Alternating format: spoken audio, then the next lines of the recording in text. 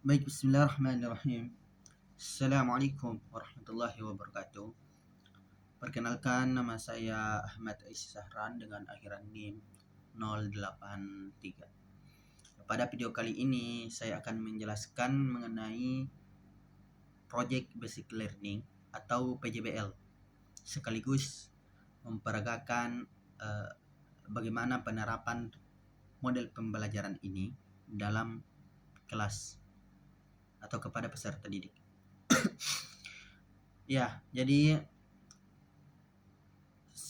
Project Basic Learning atau disingkat PJBL ini adalah model pembelajaran yang berpusat pada peserta didik melalui penyelesaian suatu proyek.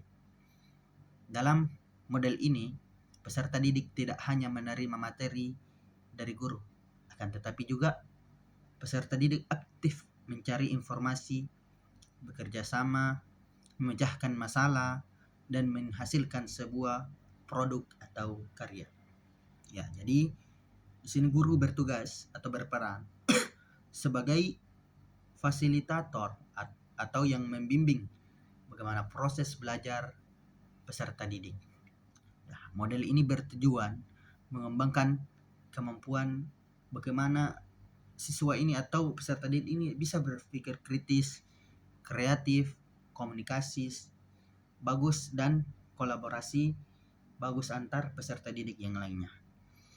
Adapun sintaks dari PJBL, yakni yang pertama menentukan pertanyaan atau masalah yang mendasar, dan yang kedua menyusun rencana atau proyek, dan yang ketiga menyusun jadwal kegiatan, dan yang keempat memonitor pelaksanaan proyek, dan yang kelima menilai hasil proyek, dan yang terakhir melakukan evaluasi dan refleksi dalam pembelajaran.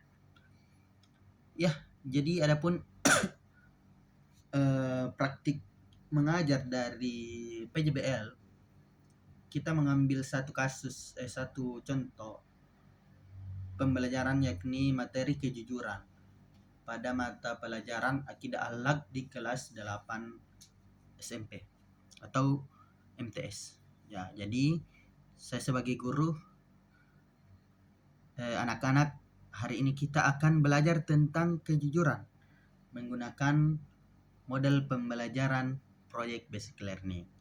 Ya, jadi langkah yang pertama yang saya lakukan yakni pertanyaan mendasar.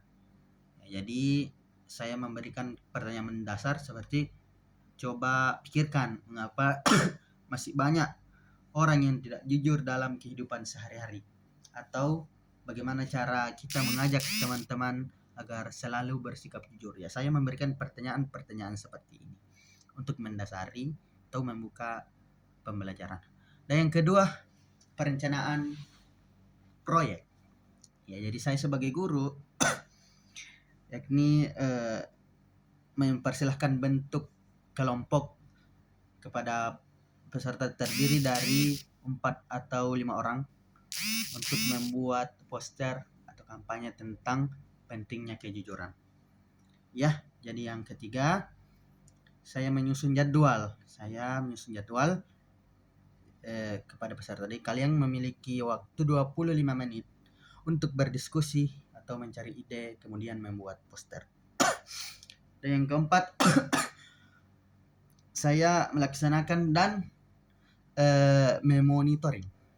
Jadi saya berjalan-jalan ke kelas, mengelilingi kelas, mengawasi peserta didik, mengawasi anak-anak sekalian. Saya bilang, silakan bekerja sama dengan baik.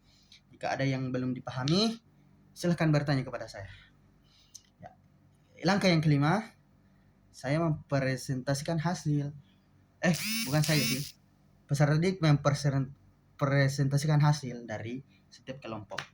Jadi saya mempersilahkan presentasikan hasil poster yang telah dibuat dari kelompok-kelompok yang telah dibagi. Ya, jadi perwakilan kelompok menjelaskan isi poster selama kurang lebih 1 menit atau beberapa menit. Dan yang terakhir, dan yang keenam, yakni mengevaluasi dan refleksi. Jadi saya mengatakan bahwasanya apa manfaat yang kalian peroleh setelah membuat proyek ini. Lalu saya minta ke beberapa siswa untuk menjawab. Jadi melalui proyek ini kita belajar bahwasanya kejujuran harus diterapkan dalam kehidupan sehari-hari. Karena kejujuran penting, bukan hanya penting bagi kita kan, tetapi penting bagi orang-orang sekitar. Ya, jadi yang keempat, penutup ya. Jadi dapat disimpulkan bahwasanya project basic learning merupakan model pembelajaran yang membuat peserta didik aktif, kreatif, mampu bekerja sama, serta menghasilkan suatu produk sebagai bukti proses belajar. Ya, demikian penjelasan dari praktik penerapan project basic learning yang dapat saya sampaikan pada hari ini. Kurang dan lebihnya mohon dimaafkan. Terima kasih atas perhatiannya. Assalamualaikum warahmatullahi wabarakatuh.